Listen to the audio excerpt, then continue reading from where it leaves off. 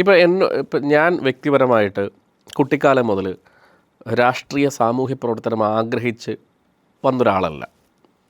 ഞാൻ തൊഴിൽ ചെയ്ത് ജീവിച്ച ഒരാളാണ്.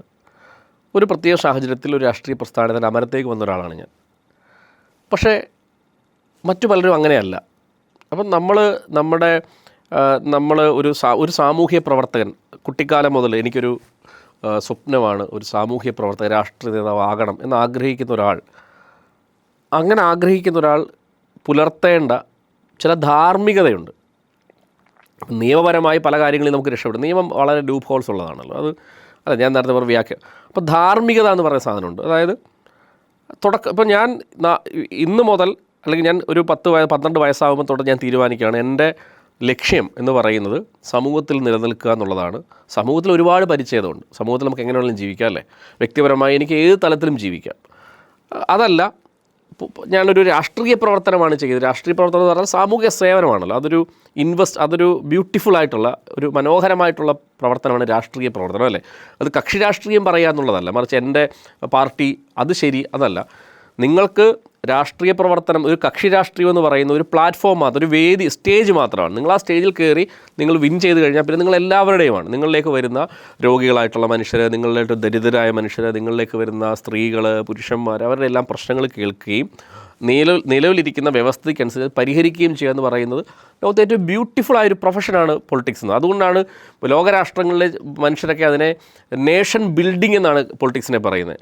ഒരു രാജ്യത്തെ ബിൽഡ് ചെയ്യുന്നവരാണ് പൊളിറ്റീഷ്യന്മാർ അല്ലേ. ഒരു രാജ്യം നമ്മൾ നമ്മുടെ സ്വകാര്യ ജീവിതം നോക്കി, വ്യക്തിപരമായ ജീവിതം നോക്കി മുമ്പോട്ട് പോകുമ്പോൾ രാഷ്ട്രീയ പ്രവർത്തനം നിസ്വാർത്ഥമായി ഈ സമൂഹത്തിലെ ഉണ്ടാകുന്ന പ്രതിസന്ധികളെ തരണം ചെയ്ത് എല്ലാ ജനങ്ങൾക്കും അവകാശങ്ങൾ വാങ്ങിച്ചു കൊടുത്ത് സമരം ചെയ്ത് യുദ്ധം ചെയ്ത് അവൻ്റെ ജീവനും ജീവിതവും അവൻ്റെ സ്വത്തും പണവും എല്ലാം അതിനുവേണ്ടി കളഞ്ഞ് ഒരു കാലഘട്ടത്തിൽ ജീവിച്ചു പോകുന്നവരാണ് പൊളിറ്റീഷ്യൻസ് എന്ന് പറയുന്ന അതിനെ കാണുന്നത്.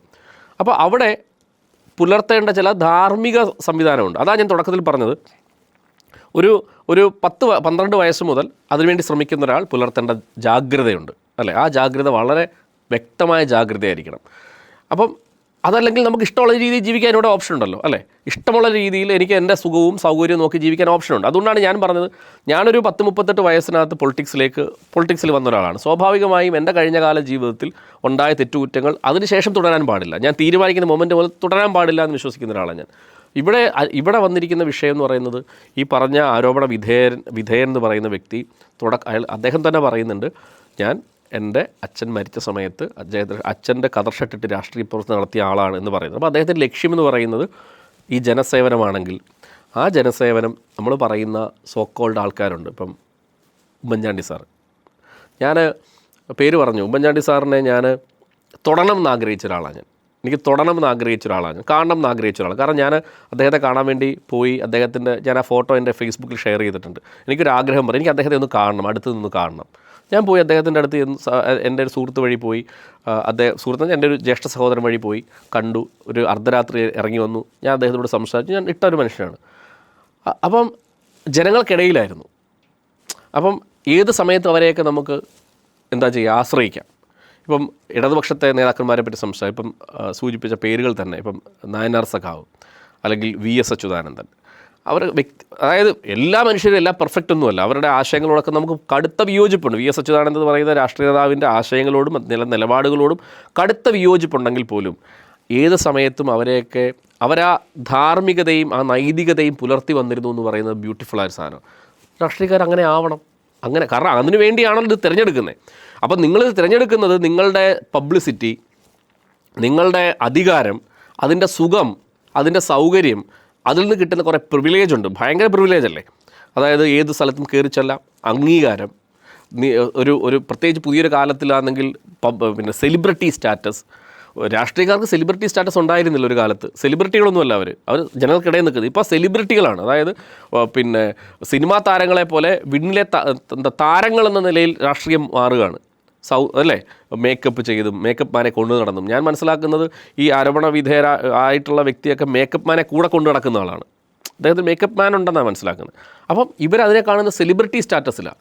അപ്പോൾ ആ സെലിബ്രിറ്റി സ്റ്റാറ്റസിൽ നിങ്ങൾ കാണുമ്പോൾ സംഭവിക്കുന്നത് അതിനു വേണ്ടിയാണ്, അല്ലെങ്കിൽ ആ സെലിബ്രിറ്റി സ്റ്റാർഡം നിലനിർത്താൻ വേണ്ടി രാഷ്ട്രീയത്തെ ഉപയോഗിച്ചാൽ സംഭവിക്കുന്നത് നിങ്ങൾക്ക് ഇത്തരം ബുദ്ധിമുട്ടിൽ പെട്ടുപോകും. അതുകൊണ്ട് അപ്പോൾ ഞാൻ തുടക്കത്തിൽ നേഷൻ ബിൽഡിംഗ് എന്ന് പറയുന്ന കരിയറാണ് ഈ പൊളിറ്റിക്സ് എന്ന് പറയുന്നത്. ഇപ്പം ഞാൻ ഈ ഇടയ്ക്ക് വായിച്ചൊരു കാര്യം, ഫിൻലൻഡ് എന്ന് പറയുന്ന രാജ്യത്തൊരു പെൺകുട്ടി 38 വയസ്സുള്ള അവിടുത്തെ പ്രധാനമന്ത്രിയായി, പെൺകുട്ടി പേര് ഞാൻ ഓർക്കുന്നില്ല.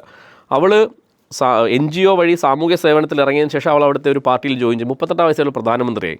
അപ്പോൾ അവളുടെ കുട്ടിക്കാലം പോലുള്ള അവളുടെ ആഗ്രഹം അവളുടെ മാതാപിതാക്കൾ ചോദിച്ചപ്പോൾ അവൾ പറഞ്ഞു, എനിക്ക് നേഷൻ ബിൽഡിങ്ങിൽ, അതായത് ഈ രാജ്യം ബിൽഡ് ചെയ്യണം. നമ്മുടെ വീട്, ഒരു അമ്മ, ഒരു അച്ഛൻ, ഒരു മാതാപിതാക്കൾ, ഒരു വീട് ബിൽഡ് ചെയ്യുന്നത് എങ്ങനെയാണ്?